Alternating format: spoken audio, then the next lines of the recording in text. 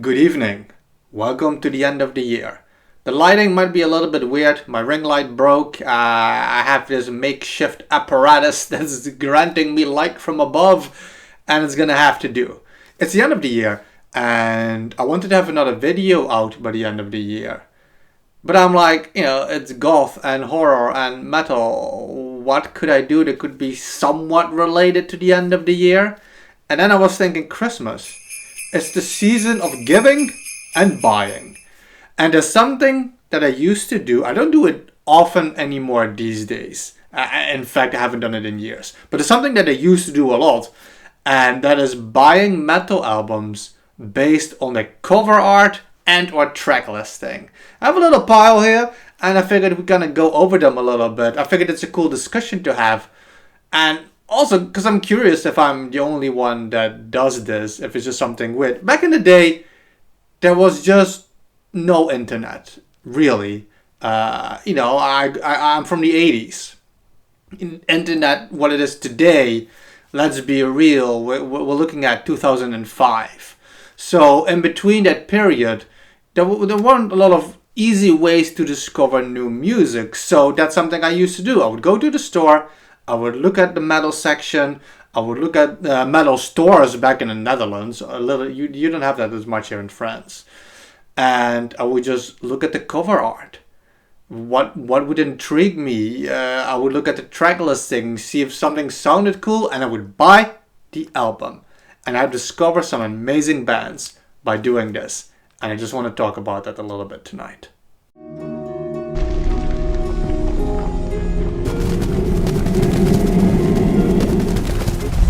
I went through my entire collection and I found 8 CDs where I specifically remember doing this with. I'm honestly only counting CDs that I discovered because I bought them based on their cover art and or track listing, because sometimes it can go either way. And there were a few bands where I wasn't sure, so I didn't include them. These are all 100% bought with this method. There's actually one more CD, and I don't have it anymore. It's the 69 Eyes. What's the album called? Suspiria? Or no, my favorite song is Suspiria Snow White. I don't remember what the album was called. I'll put it up here. That one is part of it, for sure, but I don't own it anymore. But these 8 CDs, I still have them here, and I'm just going to go straight into the first 2 because quite honestly, they mean really nothing to me. I do enjoy them. We have Freedom Call with Eternity, where I just saw the cover, and I was like, okay, that could be interesting. I look at the track listing. The tracks have titles such as Flying High, Ages of Power, The Spell, Warriors, Flame of the Night. It sounded very power metal-y to me. And I like power metal quite a lot. It's among my favorite metal genres. It's in the top 5 for sure. But again, I listened to this album a few times and it never really stuck with me. And the same goes for the second one, which is Symphony X, The Wings of Tragedy. I really liked this cover art when I saw it. I like the stained glass window effect and the art the woman was done, the framing and stuff. But again, specifically also the track listing, we have of Sins and Shadow, Out of Ashes, Pharaoh, The Eyes of Medusa, The Witching Hour. It seemed pretty dark to me. I like this one better actually than Freedom Call. Symphony X is pretty good. It's also just, I don't want to say standard power metal, but that's what it is. But these 2 albums specifically, I did this with, and I don't know, they're not the greatest cover arts, they're not the greatest songs, and there's nothing more to say about those. But the next few, oh boy. So this band is called Octavia Sperati. Octavia Sperati? And I like this cover art quite a lot. I like the cleanness of the white. I like the winter landscape. I like nature a lot. And a lot of metal that I like is a lot of atmospheric black metal. And that's kind of the vibe I got. I was like, maybe this is kind of like this tranquil thing. Something's in the line of Agalach, for example. And I saw this. I was like, I'll try it. And I'm not even gonna lie. I haven't listened to this album a lot. And there was one song that I absolutely loved. It's Him. I listened to that song quite a lot. And I always remember not really liking the rest of this album. You know, sometimes it's a hit, sometimes it's a miss. But the next few albums, not only did I like some of this music, a few of the albums that are gonna come up now opened gateways for me. So one of the first ones, I didn't know that Tobias Sammet was from Edguy when I bought this album specifically. This is Avantasia, the Scarecrow. I just saw this cover art. I'm like, oh my god, I love this cover art. I absolutely love it. I like the back also, with Tobias Sammet standing there with his cane. And I like this quite a lot. I'm not gonna lie. I haven't listened to a single Edguy song in my life. I have no idea what they're about. But one thing I do know is that Avantasia is absolutely amazing. It's like orchestrated fantasy music, great riffs, fast drumming.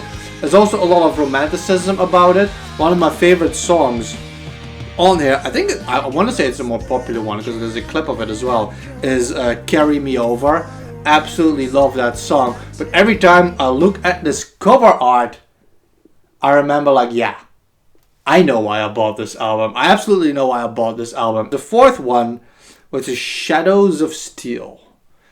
I saw this cover art. I was absolutely fascinated by it. You see the back of the cover and it just screamed power metal to me. Shadows of Steel. You got the album's called Twilight. You got the fire with the ice and the mask there. I think it's specifically the back of this one that made me want to get it. And I played this album to death. I've listened to all of these songs, and this is an absolute adventure. It is not as heavy as some power metal, but it's absolutely amazing. It goes really fast, amazing guitar work, like Hawk and Lion, Twilight, Goodbye, Fly Away. That's disc 1. There are 4 songs, and every single one of these songs is absolute art. And the second disc is Destination Unknown, Painted Skies, The Calling, Agents of Steel. I have listened to these 2 albums over and over and over again. I absolutely love this album. But I haven't listened to much else of them. It wasn't like a massive changing point in the way I listen to metal. Not the way these last 3 are. So, when I was younger, I went on a school trip in 2002, I think. We went to Germany. And we went to the cathedral over there. And I'll talk about this in another video, but some stuff happened that me and my friends, we had a little bit more time. And I went to the store and I saw this album from Gravedigger. Just look at this cover art. I saw this cover art and I knew that I had to have this album. I had to have it. The back is just a little bit standard. We see the band and everything. But it was specifically the art of the cover with the Reaper there, with the heart. So the album is Heart of Darkness. Got like the skeleton in the cloak just holding the heart. You got these creatures in the background, this cave. I love the lighting. I love the logo of the band themselves. I didn't know Gravedigger before I bought this album. And I fell in love with Gravedigger. I feel a lot of the albums have very different styles. They do a lot of King Arthur stuff as well. Mary Queen of Scots, I think, also. And Heart of Darkness is pretty raw. And it's absolutely incredible. I love the vocals. I feel Gravedigger is one of those bands where you would hear them sing and you recognize it's Gravedigger. I love them. I could name these songs, but I love all these songs. Tears of Madness, Shadowmaker, Grave Dancer, Demon Day. I'm saying these songs in every single song. In my head, I hear them. I know this album by heart. I've played it so often. I have other Gravedigger albums since then. absolutely love this band. War Child, Heart of Darkness, Hate, Circle of Witches. Like I sit in a circle of witches. I like hear all these songs in my head. Black Death, My Life, Dolphins Cry. Like all these songs are absolutely amazing. Every single song of this album is perfect. And I discovered them because I saw this art and I was like, holy, I love this art. And Gravedigger always has really cool art on their CDs. And I like it when bands have like more creative art that just feels very unique. Some bands just have a style when it comes to the artwork. We'll get into that in a couple CDs still. But yeah, Gravedigger, absolutely amazing. And I don't know, if it wasn't for that school trip to Germany, I don't know if I've ever discovered this band the way I had back then. It's just absolutely art. Gravedigger, love them. The next two. So this is one of the more boring covers, I'm gonna admit that. The next CD, and that is Tristania, World of Glass. Now it's just like a very simple cover art, but the reason I bought this is because in this period of my life I was very deeply into what do you call it, symphonic gothic metal with female vocals. After Forever, who are no longer there now. Nightwish, which coincidentally Floor Jansen from After Forever is now singing for Nightwish. It's kind of crazy, but I like that kind of stuff. And I saw this cover art. I'm not just saying, yeah, okay. To me, it looked like it was going to be kind of gothic symphonic metal. In the end, Tristania is more, I want to say, doom. Doom symphonic, if you want to call it. World of Glass also stands out from all the albums. So I have all Tristania albums by now. They're all behind me somewhere. I fell in love with this band. I bought every single CD that came after this, and every CD that came before it. And every single CD is absolutely amazing. Now, at one point, Phoebe Castena, she left the band, and I never liked the new singer they got. And I think they made like 2 albums, and now actually Tristania actually quit. They didn't give any details. They just said, I think there was some issues with one of the band members. They broke off the tour they were on, and they just flat out quit and disbanded. It was kind of crazy. With World of Glass, this was also in a period where I still consumed products. I lived in the Netherlands and I smoked. And some of these songs are, for example, Tender Trip on Earth. And I saw this, I was like, whoa, that sounds like it's going to be kind of spacey. And it is. You got like Wormwood, Deadlocked, World of Glass, Crushed Dreams. I don't know, all these titles just resonated within me. This album is absolute perfection. I consider this one of the top 10 greatest albums ever made. World of Glass from Tristania is a doom masterpiece. These vocals, I absolutely love the perfect blend between Phoebe Castena's vocals and the male singer's vocals. His name escapes me right now. But the blend of his like clean vocals and his growling vocals with her pure vocals is absolutely amazing. And I don't know, this CD just made me fall in love with Tristania. And I purely based it on the cover. I saw it, I didn't know them. I was like, oh, this looks like it's going to be like gothic metal. And like, oh, did this album blow me away. This next album is literally what got me into power metal. And I love power metal. Anything. I feel power metal can almost do no wrong. It is all very similar. You got male vocals with very high tones. There's always epic kind of adventures, quests and legends and crazy music. And I saw this album and look, I'm not even gonna lie. I'm a very big fan of dragons. I love dragons. It's why I love Desolation of Smoke. I have figurines of dragons. I like dragons in my video games. Look, I'm a guy. Dragons are cool. I saw this cover of Rhapsody of Fire, Power of the Dragon Flame. I saw this cover. I thought this was the most absolutely epic cover I had ever seen. This crazy looking dragon and the scenery with like the attack it's doing on the army. It's a battle. It's crazy. And the booklet has even more stuff inside of it. This whole CD is just literally art. You got like all the lyrics in here. You got all this like crazy artwork and stuff that is still in there. You got like close-ups of the CD. Like this whole thing is just one artwork. And you got like different pages that have like different stuff. So I'm not gonna lie, 100% the kick-ass artwork made me buy the CD. And it didn't just make me fall in love with Rhapsody of Fire. It made me fall in love with power metal.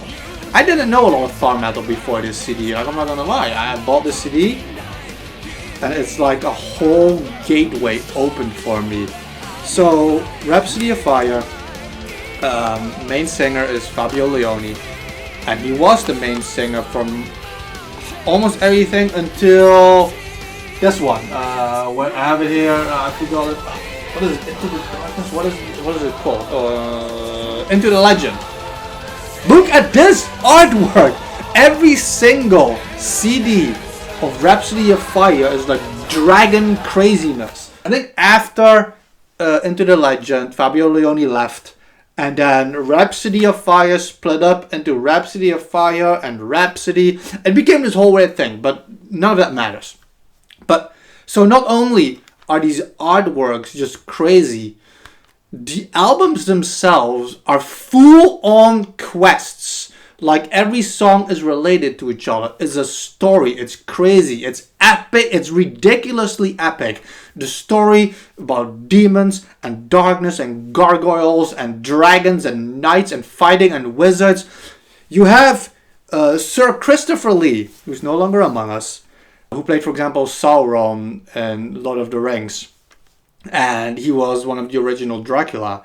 Sir Christopher Lee, a lot of people don't know this, but he sings metal too. He had like Christmas songs that he did metal versions of. And he was often a guest singer for Rhapsody of Fire. Only one person could cross the dark lands surrounding Hargol and venture forth deep into the caves of Dar Kuno. His is a name the world will never forget. He is Dark. He is the chosen one. He walked out through the darkness and met the wisdom's light. Chosen to find the last dark cloud.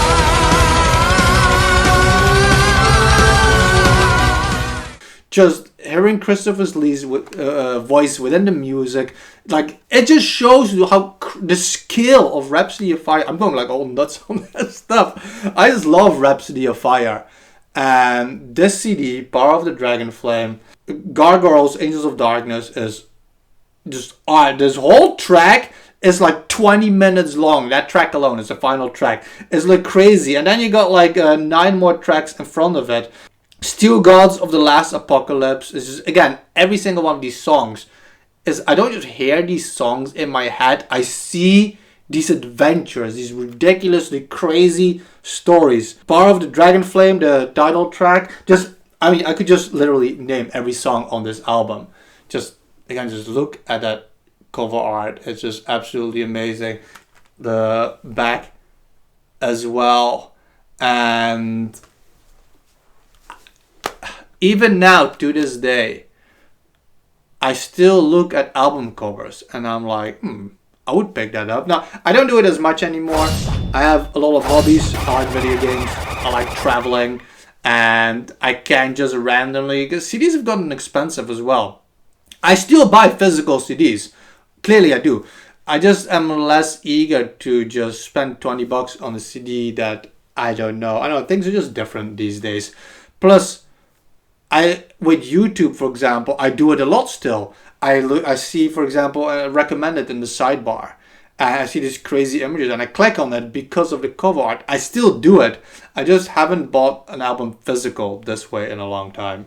Let me know if any of you have ever done this. Have you ever bought a CD just based on the title, the track titles, or the album cover art specifically. Honestly, we're talking about Gravedigger, Christiania, and Rhapsody of Fire. These three albums absolutely changed the way I listen to metal. Like, and I feel like, I don't know, I feel it's something, honestly, if you've never done this before, if you've never before bought an album purely based on their cover art, honestly, I feel you should do it once in your life. Just go to the store, visit the metal section, look at the albums you see, look around a little bit, and just pick the album that screams to you. Whether it's absolutely epicness, whether you think it could be like a genre that you like, or whether you're just blown away by the intensity of it. I think it's something that everybody should try once. And if you have done this before, let me know in the comment section what music you have discovered and whether you loved or hated it. I'm very curious to know. Hope you all enjoyed this little discussion. It's a little bit different from what I've done before until now.